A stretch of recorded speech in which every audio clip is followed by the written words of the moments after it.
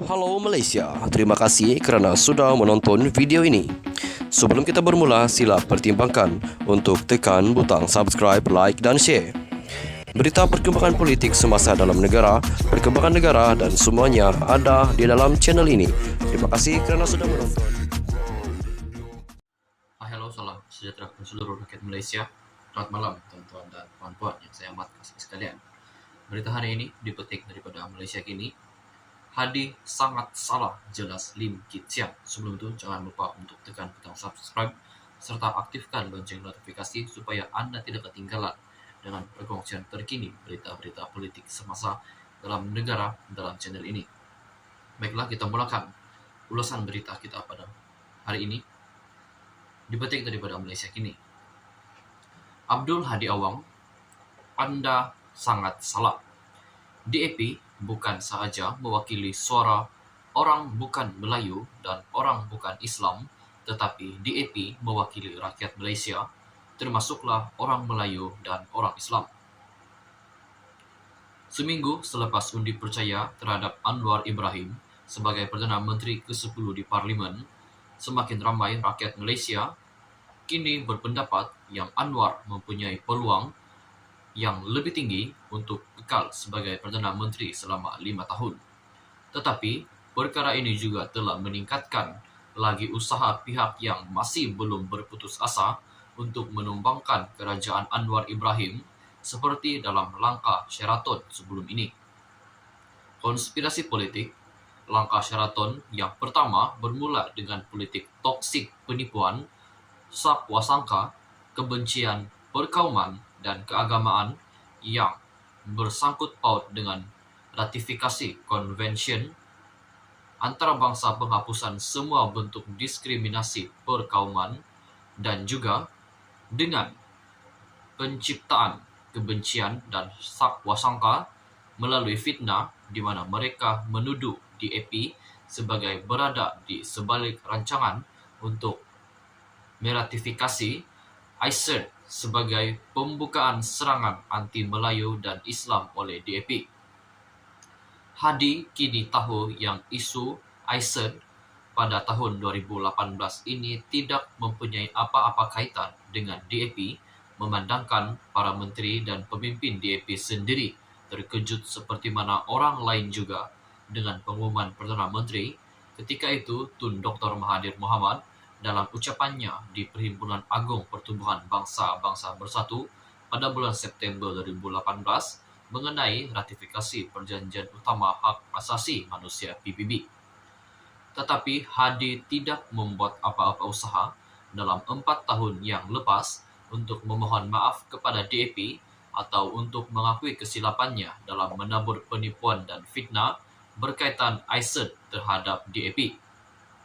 Kini Hadi mengulangi semula helas lamanya.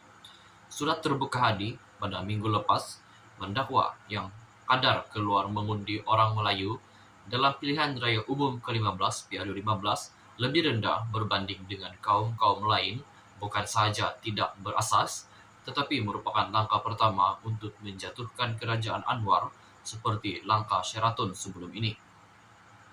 Penganalisis politik Brigade Wells dari University of Nottingham, Malaysia, mengatakan yang orang Melayu membentuk ratusan pengundi tertinggi berdasarkan data yang dikutipnya. Dia mengatakan yang kadar keluar mengundi yang lebih rendah dalam kalangan orang Cina dan kumpulan etnik bukan Melayu. Yang lain menafikan dakwaan Hadi yang kononnya 98%. Golongan bukan Islam termasuklah yang mengundi yang berada di luar negara mengundi dalam periode ke-15 untuk menyokong DAP, sedangkan hanya 60% orang Islam sahaja yang mengundi. Hadi memberikan amaran yang mereka yang tidak mengundi mungkin telah berdosa kerana mereka melanggar perintah Tuhan seperti yang disampaikan oleh Nabi Muhammad. Wells mengatakan yang dakwaan Hadi ini mengulangi naratifnya yang kononnya orang Melayu sedang terancam dari segi politik, menambah yang dakwaan ini tidak berasas. Wells memetik analisanya yang menunjukkan kadar keluar mengundi pengundi Melayu pada kadar 79% diikuti pengundi India pada 78%, Cina pada 69% dan lain-lain pada 59%. Dia mengatakan walaupun kadar keluar mengundi orang Melayu lebih tinggi berbanding dengan kaum-kaum lain, bukan semua orang Melayu menyokong Perikatan Nasional PN, yang mana PAS merupakan sebuah parti komponennya. Dia mengatakan dalam kalangan orang Melayu yang mengundi, hanya 54% sahaja yang menyokong Perikatan Nasional PN. Sekali lagi, Hadi Ahmad Salah. DAP mewakili bukan sahaja suara orang bukan Melayu dan bukan Islam. Sebaliknya, DAP mewakili rakyat Malaysia, termasuklah orang Melayu dan orang Islam. Bancian Populasi dan Perumahan 2010 dan 2020 telah membongkar politik toksik, penipuan dan fitnah Hadi yang cuba menyemai kebencian dan sakwasangka dalam masyarakat majmuk di Malaysia. Menurut Bancian 2020, 3/4 rakyat Malaysia tinggal di kawasan bandar dengan kebanyakan penduduk bandar dari kategori etnik Bumiputra.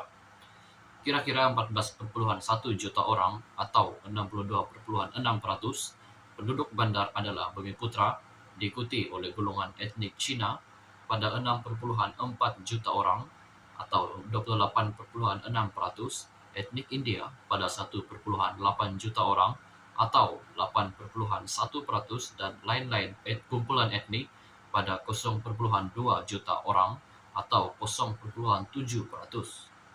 Nisbah penduduk Bumiputra ini telah bertambah apabila dibandingkan dengan bancian terakhir pada tahun 2010, di mana 58,9% penduduk bandar merupakan Bumiputra menurut data Jabatan Statistik Malaysia. Maklumat dari Suruhanjaya Pilihan Raya menunjukkan 21,173,638 orang rakyat Malaysia telah mengundi dalam PRU 15 berbanding dengan 14,940,624 orang pengundi dalam PRU ke-14 sebelum ini. Tambahan lagi, tidak mungkin untuk DAP memenangi 12 kerusi parlimen. Semua calon-calon lain di kerusi-kerusi telah kehilangan deposit mereka jika DAP tidak menerima sokongan sebuah kumpulan kaum di kerusi-kerusi ini. 12 kerusi parlimen di mana semua lawan kepada DAP di sini kehilangan deposit mereka adalah Tanjung, Bagan, Bukit Gelugor, Bukit Bendera, Ipoh Barat, Batu Gajah, Segambut, Kepong, Ceras, Bukit Bintang, dan Seputeh. DAP juga telah menang di 15 dari 20 kursi dengan jumlah majoriti terbesar, didahului dengan kerusi timbalan pengurusi kebangsaan DAP, Gobind Singh Deo, yang telah menang di kerusi Damansara dengan majoriti sebanyak 124,619 undi. 19 kerusi dengan majoriti besar yang lebih dari 43,882 undi adalah Subang, Klang, Kota Raja, Bangi, Seputeh, Bukit Gelugor, Kepong, Iskandar Puteri, Segambut, Puchong, Bukit Bertajam, Ipoh Barat, Ceras, Batu Gajah, Bagan, Pandan, Kota Melaka, Tanah Merah, dan Ipoh Timur. Mustahil untuk DAP sebegitu banyak kursi parlimen dengan majoriti gergasi sebegini tanpa sokongan daripada semua kumpulan etnik. DAP yang mempunyai 3 orang ahli parlimen Melayu di Dewan Rakyat akan terus menjadi sebuah parti yang mewakili suara rakyat Malaysia, baik orang Melayu, Cina, India, Kadazan, Dayak, atau orang Islam, Buddha, Hindu, Kristian, atau Sikh. Saya tidak jangka yang Hadi akan memohon maaf di atas politik toksik penipuan, sakwasangka, fitnah, perkauman, dan keagamaan yang ditaburnya ini. Sebaliknya, dia akan terus mereka-reka penipuan dan fitnah baru untuk menghasut kebencian dan sakwasangka di Malaysia. Malaysia perlu ada kebebasan bersuara yang berteraskan kepada fakta dan pendapat, tetapi kita perlu sentiasa berjaga-jaga terhadap politik toksik penipuan, sakwasangka. kebencian, perkauman, dan keagamaan yang berpotensi untuk memusnahkan masyarakat majmuk berbagai kaum, bahasa, agama, dan budaya di Malaysia. Sekian sahaja perkongsian berita untuk hari ini. Kita jumpa lagi di video yang seterusnya. Stay safe, stay healthy,